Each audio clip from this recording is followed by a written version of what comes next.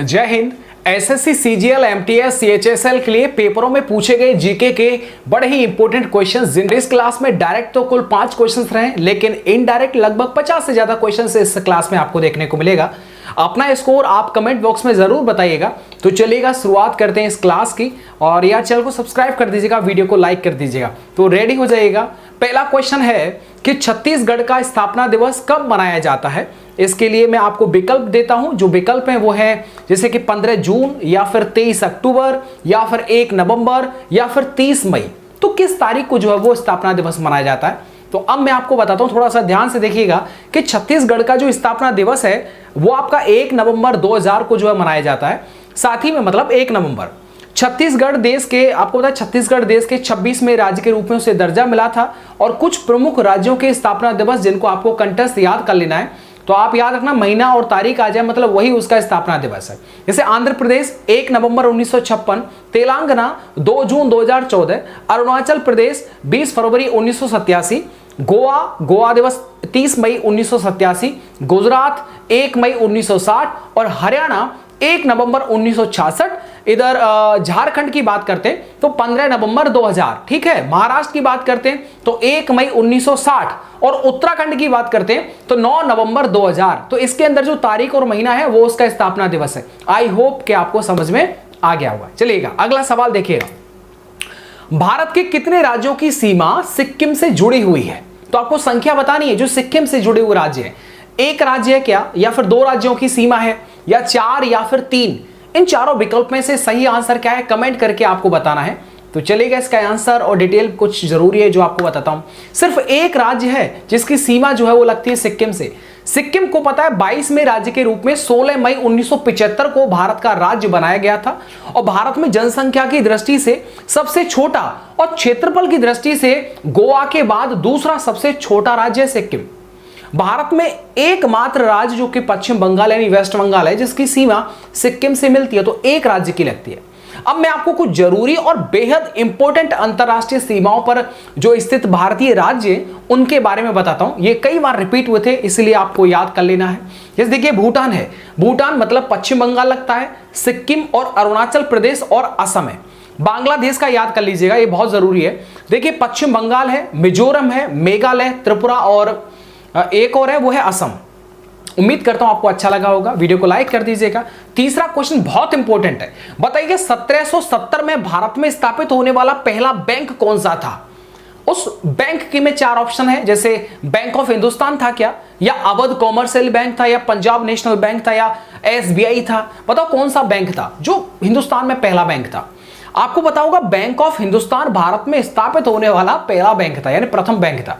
और उसके बाद आपको पता होगा 3 प्रेसिडेंसी जो बैंक की स्थापना हुई थी, वो कौन कौन सी थी पता है। वो थी बैंक ऑफ बंगाल जो 1806 में बनी थी, बैंक ऑफ बंबई जो कि 1840 में था, और बैंक ऑफ मद्रास जो 1843 में। ठीक है। अब एक और चीज ध्यान रखिए, देखिए जैसे इलाहाबाद बैंक की स्थापना आपको पता 1865 में हुई थी। उसके बाद 2020 में इसका इंडियन बैंक में जो विलय हो गया था। इधर पंजाब नेशनल बैंक की बात करते हैं तो वो 1894 में, ठीक है, 94 में लाला लाजपत राय जो थे वो इनके द्वारा जो है संस्थापक सदस्यों में से एक थे जिन्होंने इसकी स्थापना का श्रेय जाता है।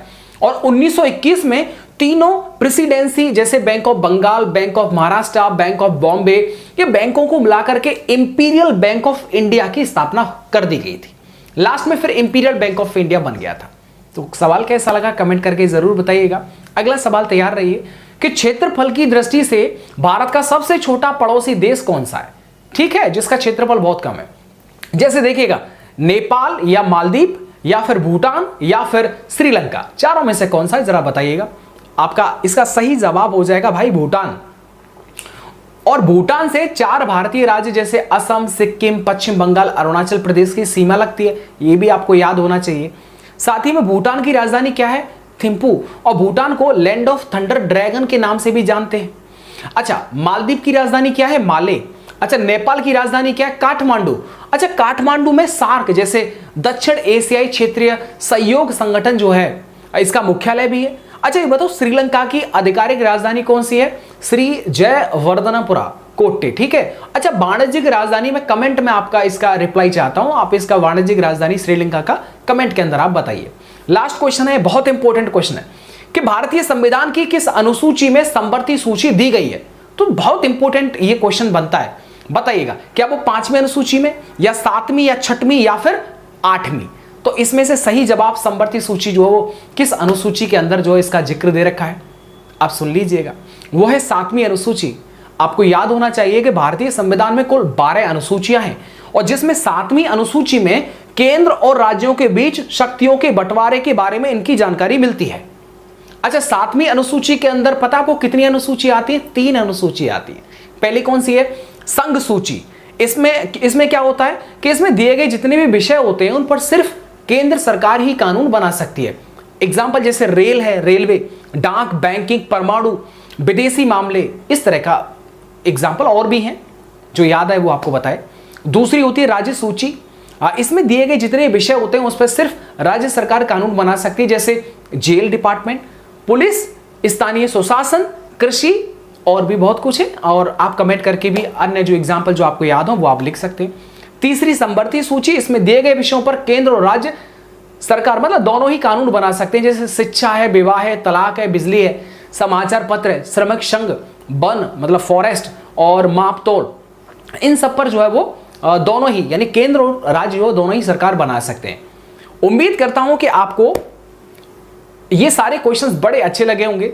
साथ ही में इनके साथ की जो व्याख्या थी वो बहुत अच्छी है। उनको आपको बैक टू बैक जो वो एक क्लास को अगर आप 2-3 बार इसी क्लास को रिपीट कर लेते हैं, छोटा सा वीडियो होता है, अगर आप 2-3 बार रिपीट करेंगे तो आपको कंठस्थ आपको हो जाएगा, ठीक है। और आपको जो क्लास जो सीरीज चल रही है आपको पता है इससे पहले 2 वीडियोस आ चुकी हैं, तो कमेंट करके बताइए कि आपने वो दोनों वीडियोस देख ली हैं। मात्र आप 2-3 मिनट में देख लेंगे। अगर आप 1.5 गुनी 2 गुनी रफ्तार से वीडियो को चलाएंगे तो आराम से मतलब 2-3 बार रिवीजन कर लीजिएगा तो आपको पता चलेगा एकदम भाई। हाँ, क्वेश्चन एक है लेकिन उससे संबंधित जो 6-7 सवाल बन सकते हैं वो मैंने आपको बता दिए। क्लास आपको कैसी लग रही है तो प्लीज़ कमेंट करके बताइएगा।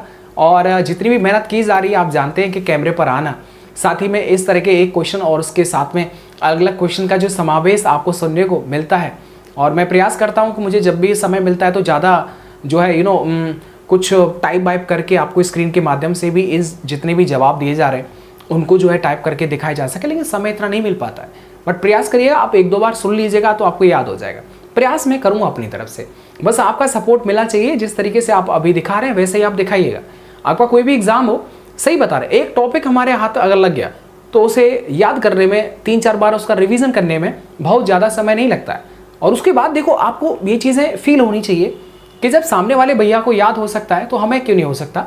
और जब बैक टू बैक किसी भी चीज़ का जब आप रिवीजन करते हो, किसी ऐसे फील्ड में होते हैं जिसमें चीज़ें आपको याद करनी पड़ती हैं, पढ़ने पड़ते, प्रैक्टिस सेट आप लगाते रहते हैं, एग्जाम्स की तैयारी करते हैं, तो ऐसे में स्वाभाविक आसान बन जाते हैं। अभी मैं यूपी जीके की भी ऊपर भी और कुछ क्लासेस जो है ज़रूर चलाऊँगा। पैट का भी एग्जाम्स आने वाला है, तो अगर आप कमेंट करेंगे, आप अपना कोई भी एग्जाम बताइएगा, किसी भी स्टेट का हो, अगर आप चाहते हैं कि उस स्टेट से संबंधित भी जानकारी आपको एक पेज आपको पता है एक फोटो सा मिलेगा, इमेज साइड में, मतलब सिर्फ क्वेश्चन लिखे रहेंगे, उसके बाद आंसर आप खुद ब खुद दीजिएगा या फिर मेरे मुंह से उनके कुछ जवाब आप सुन सकते हैं। चलेगा, मिलता हूँ आपको नेक्स्ट वीडियो के साथ। वीडियो कैसा लगा कमेंट करके ज़रूर बताइएगा। और ये जो क्वेश्चन है वो आपके CGL, MTS, CHSL एंड साथ ही में SSC डिपार्टमेंट का GD एग्जाम भी होता है। SSC दिल्ली पुलिस के अंदर भी एग्जाम जो है वो आने वाला है। तो ऐसे में बहुत सारे एग्जाम्स हैं जो कि जीके, स्टैटिक जीके जो होता है बहुत सारे एग्जाम्स में आती है और ये बड़े इंपॉर्टेंट होते हैं, क्योंकि देखो मात्र 7 या 8 या 10 मिनट की वीडियो होती है, तो आराम से दबाइए खटाक से पूरा का पूरा एंड, कोई फालतू की बातचीत नहीं होगा। चलेगा, आज समय था तो इसलिए बात कर लिया। अभी 2-3 क्लासेस और रिकॉर्ड करनी है, वो अलग चैनल के लिए है। जैसे कि आपको पता होगा SSC CGL, साथ ही में आपका CHSL MTS के लिए classes super fast English academy YouTube channel पर मेरे द्वारा ही आपको इंग्लिश पढ़ाया जा रहा है, तो वहाँ पर भी क्लासेस अभी रिकॉर्ड करना है।